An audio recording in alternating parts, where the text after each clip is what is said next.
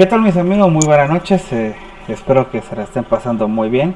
Gracias por estar siempre presentes y dispuestos a las clases.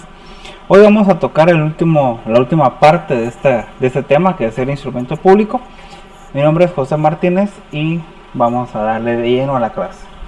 Antes de continuar, por favor, te invito a que te suscribas a mi canal. Aparezco con el nombre de Manuel Martínez.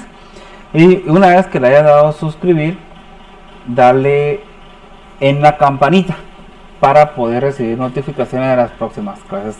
Además, de una vez te lo comento, si tienes alguna duda acerca del instrumento público de alguna clase, por favor, coméntalo y yo con mucho gusto te voy a ayudar a resolver esas dudas que tengas. Dicho de antemano, continuamos. El tema de hoy del instrumento público es acerca de la impugnación. Para Osorio, la impugnación es objeción, refutación, contradicción. Se refiere tanto a los actos y escritos de la parte contraria, cuando pueden ser objeto de discusión ante los tribunales, como a las resoluciones judiciales que sean firmes y contra las cuales cabe algún recurso. Goldstein define la impugnación como un reclamo contra todo escrito o manifestación verbal en audiencia, dirigida específicamente a refutarlos, interposición de un recurso contra una resolución judicial de mero trámite o contra una sentencia definitiva. Cabanellas solo se limita a decir que la impugnación es objeción, refutación, contradicción. Omar Garnica indica que impugnación es combatir la validez o eficacia legal de un instrumento público como medios existen los siguientes. La nulidad, y la nulidad se da cuando un documento carece de condiciones de fondo o de forma. Esta persigue que el instrumento público no surta efectos legales, y las clases de nulidad son las siguientes. Está la nulidad de fondo, se da cuando el contenido del instrumento público está afectado por un vicio del consentimiento. A su vez puede ser nulidad de fondo absoluta o nulidad de fondo relativa. La nulidad de fondo absoluta no prescribe. La nulidad de fondo relativa prescribe a los 2 años. Y tenemos la nulidad de forma. Se da cuando el instrumento público posee vicio en cuanto a su forma, o sea, no cumple con las formalidades del caso. Y está la otra cuestión, o el otro medio de impugnar, que es la falsedad. Es la falta de verdad en el instrumento público. En cuanto a la nulidad de fondo, nos centraremos en los artículos 1251 y del 1301 al 1318 del Código Civil. Eso es en cuanto a la nulidad de fondo. El artículo 1251 del Código Civil establece que el negocio jurídico requiere para su validez la capacidad legal del sujeto que declara su voluntad, consentimiento que no adolezca de vicio y el objeto lícito. El 1301 indica que hay nulidad absoluta en cuanto en un negocio jurídico cuando su objeto sea contrario al orden público o contrario a leyes prohibitivas expresas y por la ausencia o no concurrencia de los requisitos esenciales para su existencia. Los negocios jurídicos o los negocios que adolecen de nulidad absoluta no producen efecto ni son revalidables por confirmación. El artículo 1302 establece que la nulidad puede ser declarada de oficio por el juez cuando resulte manifiesta. Puede también ser alegada por los que tengan interés o por el Ministerio Público. Y aquí me detengo aquí. En 1963, recordemos que el Ministerio Público tenía las funciones de fiscalización, también tenían la de Procuraduría y de Asesoría.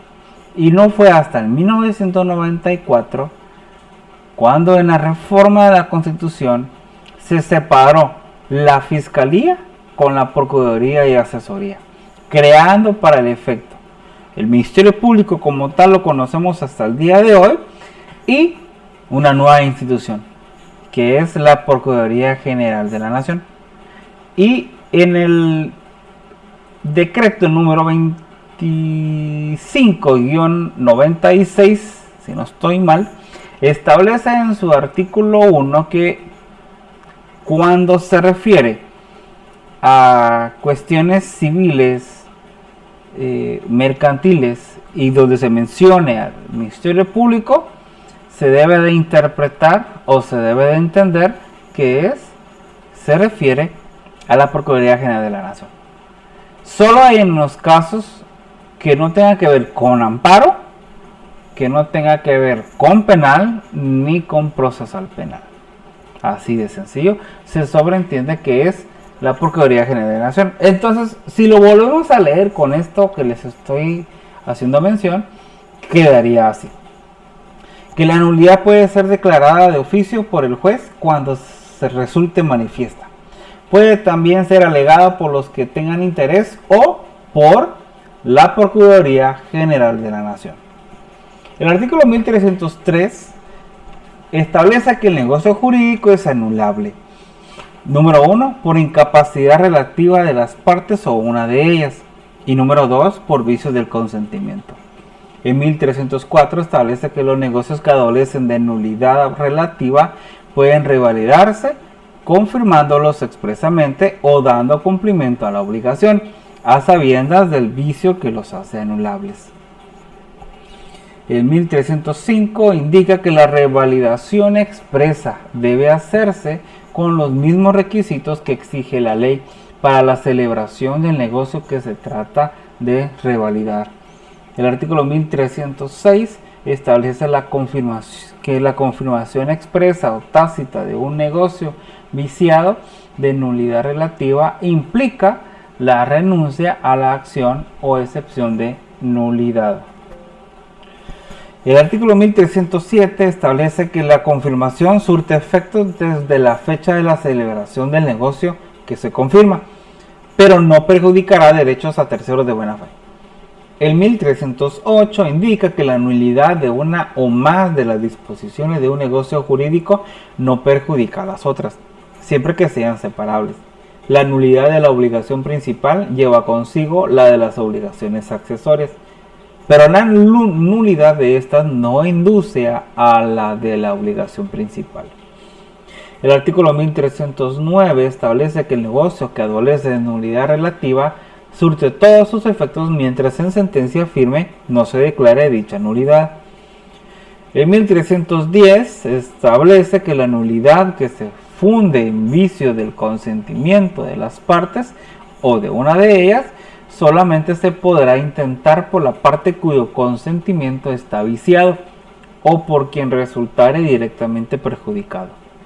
El artículo 1311 establece que la nulidad procede con respecto a las obligaciones de los ausentes, de los menores y de los incapaces, cuando no se hayan observado las formalidades requeridas por la ley, o cuando los menores o incapaces actúan sin intervención de las personas que los representan. En estos casos, la acción de nulidad por parte del menor, incapaz o ausente corresponde a su representante legal o a la Procuraduría General de la Nación. El 1312 regula el derecho que el derecho de pedir la nulidad relativa dura 2 años contados desde el día en que se contrajo la obligación, salvo los casos en que la ley fije término distinto. El 1313 establece que si la nulidad se fundare en violencia o temor grave, el término es de 1 año, contado de la fecha en que la violencia cesó o el temor grave ha debido razonablemente desaparecer. En 1314 indica que las partes deben restituirse recíprocamente lo que han recibido o percibido como consecuencia del negocio anulado. En 1315 establece que en los casos en que ambas partes han percibido frutos, productos o intereses, serán compensables hasta la fecha de la notificación de la demanda de nulidad, y desde esta fecha serán restituibles. El 1316 indica que la restitución de las cosas debe hacerse en el estado que guardan en el momento de la celebración del negocio. Las mejoras o deterioros se abonarán por quien corresponda, salvo que el deterioro proceda de caso fortuito, fuerza mayor, vicio o defectos ocultos. En 1317 indica que si a una de las partes le fuera imposible la restitución de la cosa, cumplirá entregando otra de igual especial calidad y valor, o devolviendo el precio que tenía en el momento de la celebración del negocio. Y si la nulidad de la obligación o la imposibilidad de la entrega provienen de mala fe, pagará además los daños y perjuicios que correspondan. En 1318 indica que la devolución de las cosas declarará la nulidad, declarada la nulidad debe hacerse simultáneamente, y si esto no fuera posible, dentro del término que fijen las partes, o en su defecto, el juez. Y en cuanto a la nulidad de la forma, nos centraremos en los artículos 29, 30, 31, 32 y 33 del Código de Notariado. El artículo 29, pues ya lo hemos visto y lo vamos a seguir viendo. El artículo 29, pues dijimos que son los requisitos del instrumento público, pero es importante que lo volvamos a leer. El artículo 29 establece los instrumentos públicos contendrán: número 1, el número de orden, lugar, día, mes y año del otorgamiento.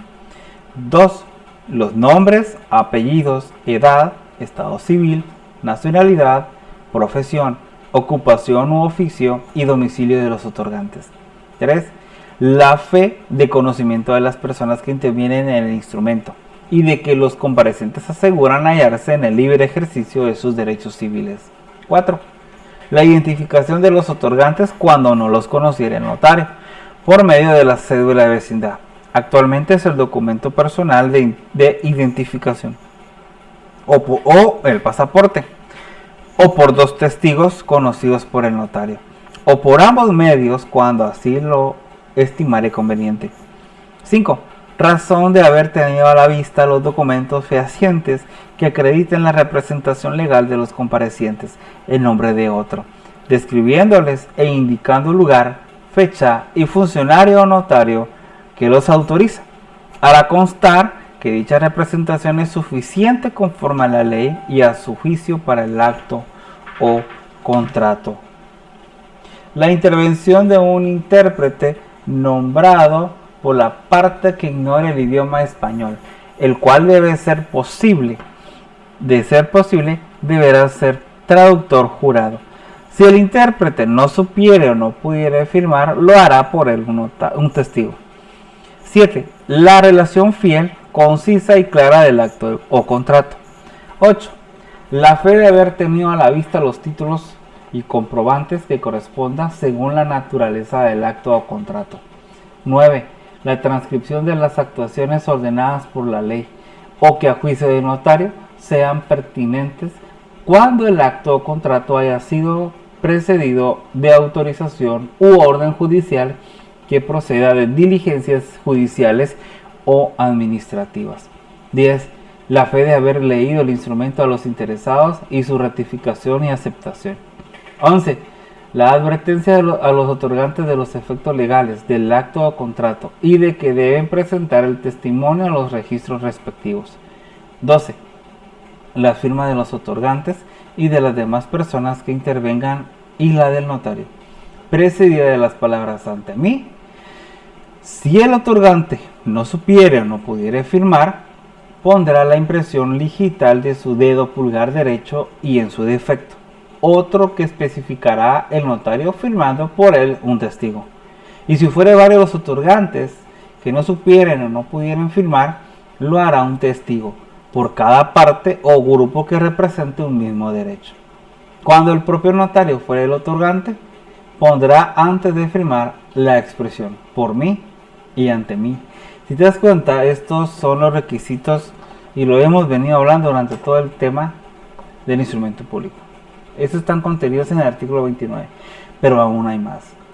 El artículo 30 establece que en todo acto o contrato el otorgante que se obligue hará constar de manera expresa si los bienes que motivan el acto o contrato existen o no gravámenes o limitaciones, cuando estos puedan afectar los derechos del otro otorgante. Y el notario les advertirá las responsabilidades en que incurran si así no lo hicieren. El artículo 31 establece que son formalidades esenciales de los instrumentos públicos. Número 1. El lugar y fecha del otorgamiento. 2. El nombre y apellido o apellido de los otorgantes. 3. Razón de haber tenido a la vista los documentos que acreditan la representación legal suficiente de quien comparezca en nombre de otro. 4. La interpretación del intérprete cuando el otorgante ignore el español. 5. La relación del acto o contrato con sus modalidades. Y 6. Las firmas de los que intervinieren en el acto o contrato, o la impresión digital en su caso. Aunado a esta situación de la nulidad de la forma, el artículo 32 del Código de Notariado establece que la omisión de las formalidades esenciales en instrumentos públicos de acción da acción a la parte interesada para demandar su nulidad, siempre que se ejercite dentro del término de 4 años, contados desde la fecha de su otorgamiento. Cuando realmente lo que se omite son formalidades no esenciales, no es causal de la nulidad, sin embargo sí de una multa impuesta al notario, al pie de lo que establece el artículo 33 del Código de Notariado, el cual indica que la omisión de las formalidades no esenciales hace que incurra el notario en una multa de 5 a 50 quetzales según el caso.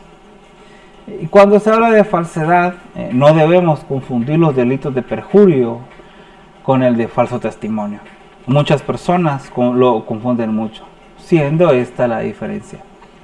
El artículo 459 del Código Penal establece el delito de perjurio, indicando que comete perjurio quien, ante autoridad competente, juez, jurare decir verdad y faltare a ella con malicia.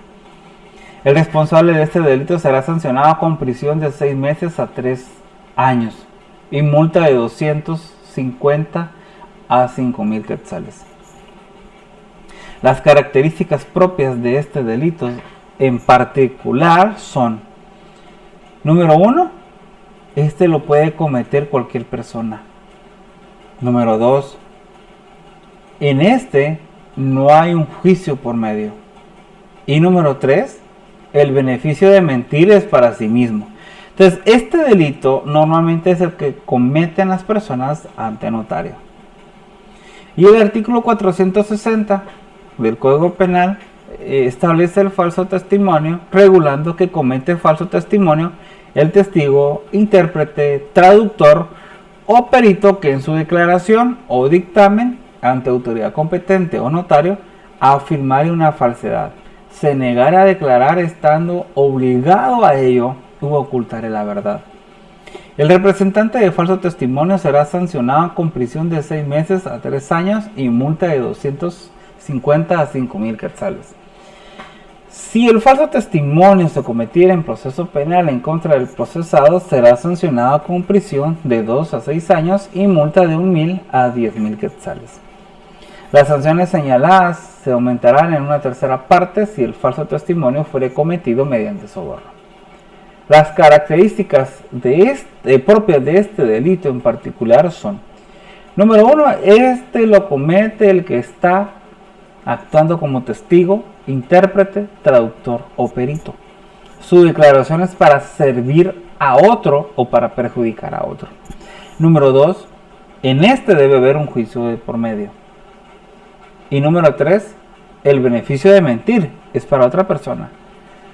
Y aquí no concuerdo con esto un poco. No necesariamente tiene que existir un juicio de por medio, porque si bien es cierto, el artículo inicia diciendo: comete el falso testimonio el testigo, intérprete, traductor o perito que en su declaración o dictamen ante autoridad competente, que necesariamente es un órgano jurisdiccional, obviamente ahí se va a ver un juicio de por medio, ¿verdad? O ante notario. ¿Y en qué circunstancias? Pues el testigo,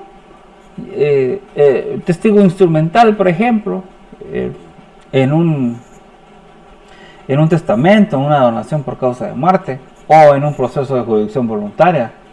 También el intérprete, cuando la persona, uno de los otorgantes, no sabe hablar el idioma español. Entonces, en principio siempre se da o se ha dado en un juicio, ¿verdad? Pero yo le agregaría además o en un proceso notarial, nada más.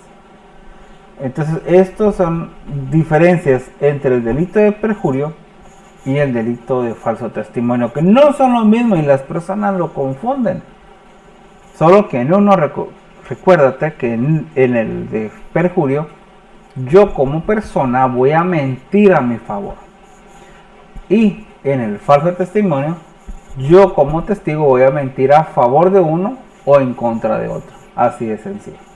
Son diferencias. Y el notario debe, al momento de autorizar un instrumento público o un acta notarial, advertir a los comparecientes del delito de perjurio. Esa es una obligación que tenemos como notarios. Y hasta aquí es la presentación del día de hoy. Gracias por prestar atención a esta clase. Con esto ya terminamos el instrumento público. La próxima clase ya vamos a ver lo que es la escritura pública. Y si tienes alguna duda, como te digo, coméntalo y yo con mucho gusto te la voy a resolver. Gracias por tu atención y que tengas un buen fin de semana.